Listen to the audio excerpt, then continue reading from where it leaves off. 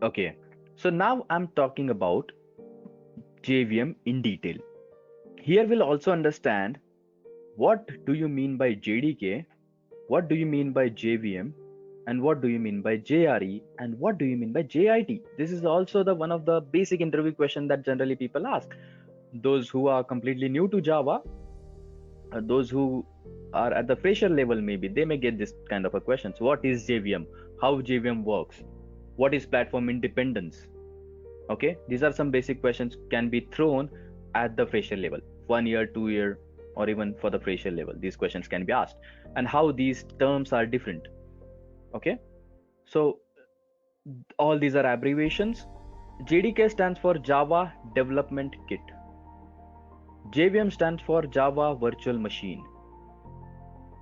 Java Runtime Environment, and then just in time. Oh, ho, ho.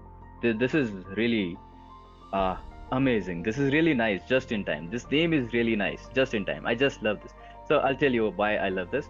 Anyways, you create your Java application, isn't it? You create your Java application like this.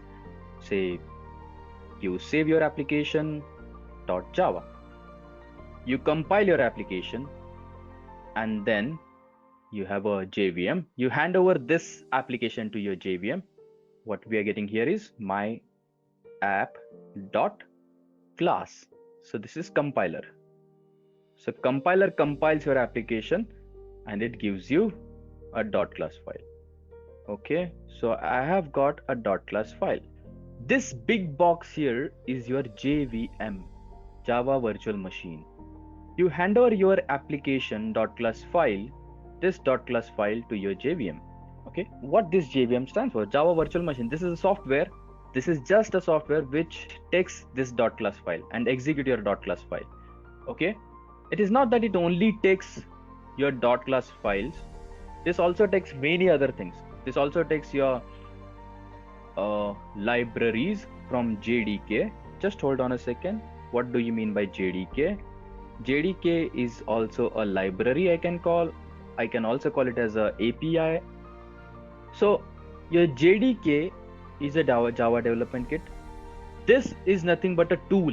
This is just your Compass box. It's a kit. If you want to develop applications, then you need a kit. You need a Compass box where you will get everything. You'll get all the tools. You get ruler, you get pencil, you get pen, you get rubber, you get eraser, by which you can develop your application and by which you can run your application. So JDK is downloadable. So what we are going to download is a JDK. To create Java applications and to run Java applications, we are going to download JDK. So JDK is your zip or executable, a kit that we are going to download to run and develop applications. Okay, which contains your Java, JVM, JRE. It contains everything. Okay, so from JDK or the applications you have created, you pass over these to the JVM. Okay, so in JVM, you hand over your application to a component called, there are three main components. A first component is called a class loader. So class loader is a component which loads your class. There may be 100 .java files. So one project may contain 100 Java files, right? One project can contain 10 Java class. So which one to load? Out of 1000 classes, 1000 libraries, which one to load? Who will decide that? Class loader will decide. So class loader loads main first. Class loader loads main first. Main means starting point of your application. So first of all, JVM loads your main means class loader looks for a main. Class loader looks for a class which contains public static void main. So main will be loaded at the start, and depending on the code that you are writing, those classes will be loaded respectively one by one. Then once the class is loaded, this loaded class will be handed over to something called a bytecode verifier. To bytecode verifier. So what is this bytecode verifier stands for? Bytecode verifier makes Java secure. What do you mean by security? What do you mean by secure? Security means I'm not talking in terms of data hiding, creating private variables. It's not about creating private variables. You know that Java is platform independent, right? So this Java applications can be executed over the internet. So .class file can be transferred over the network and can be executed even on the browser. You might have seen a small pop-up coming up every now and then, that is Java update available. Java update available. So what is that? That is just a small JVM, small JRE installed on that browser, which asks you to update. So this bytecode verifier verifies whether .class file is compiled by a authorized compiler or not. What is the task of bytecode verifier?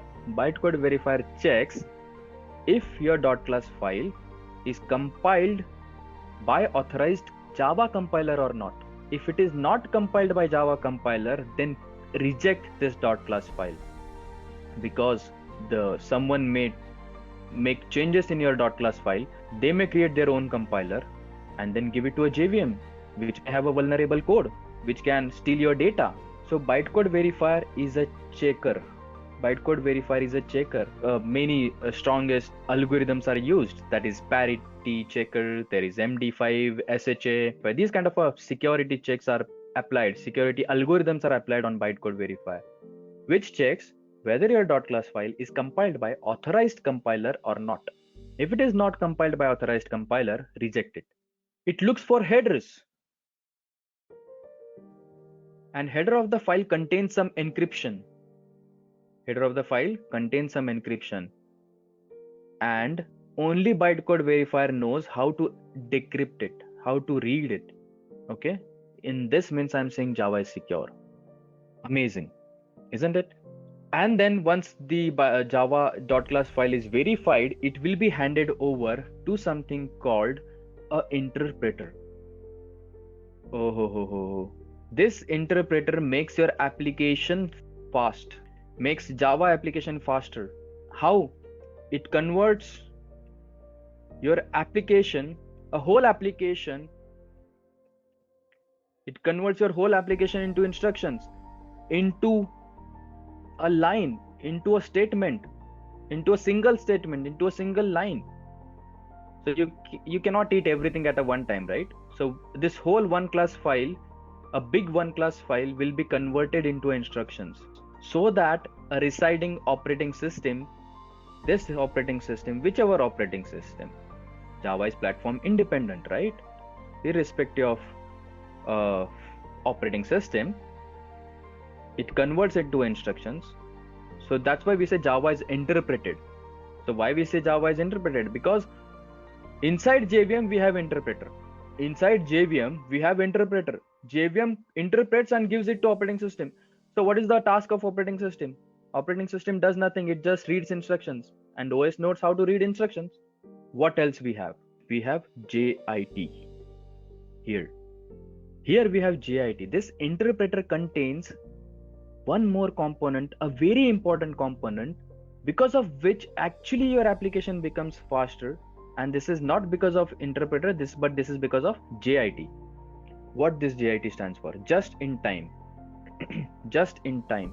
This is also called just in time compiler. What it does? You know about cache memory? You know about buffer memory? What buffer? What cookies? Cookies in your browsers.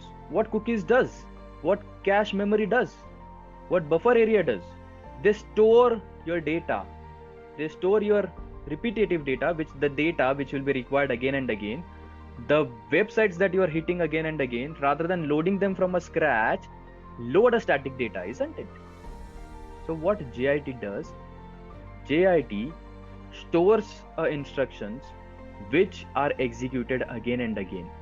So you may use system.out.println, system.out.println 100 times in your application. You may use system class, you may use string class 100 times in your application. So will it every time load, verify, interpret? Compile, load, verify, interpret. Compile, load, verify, interpret.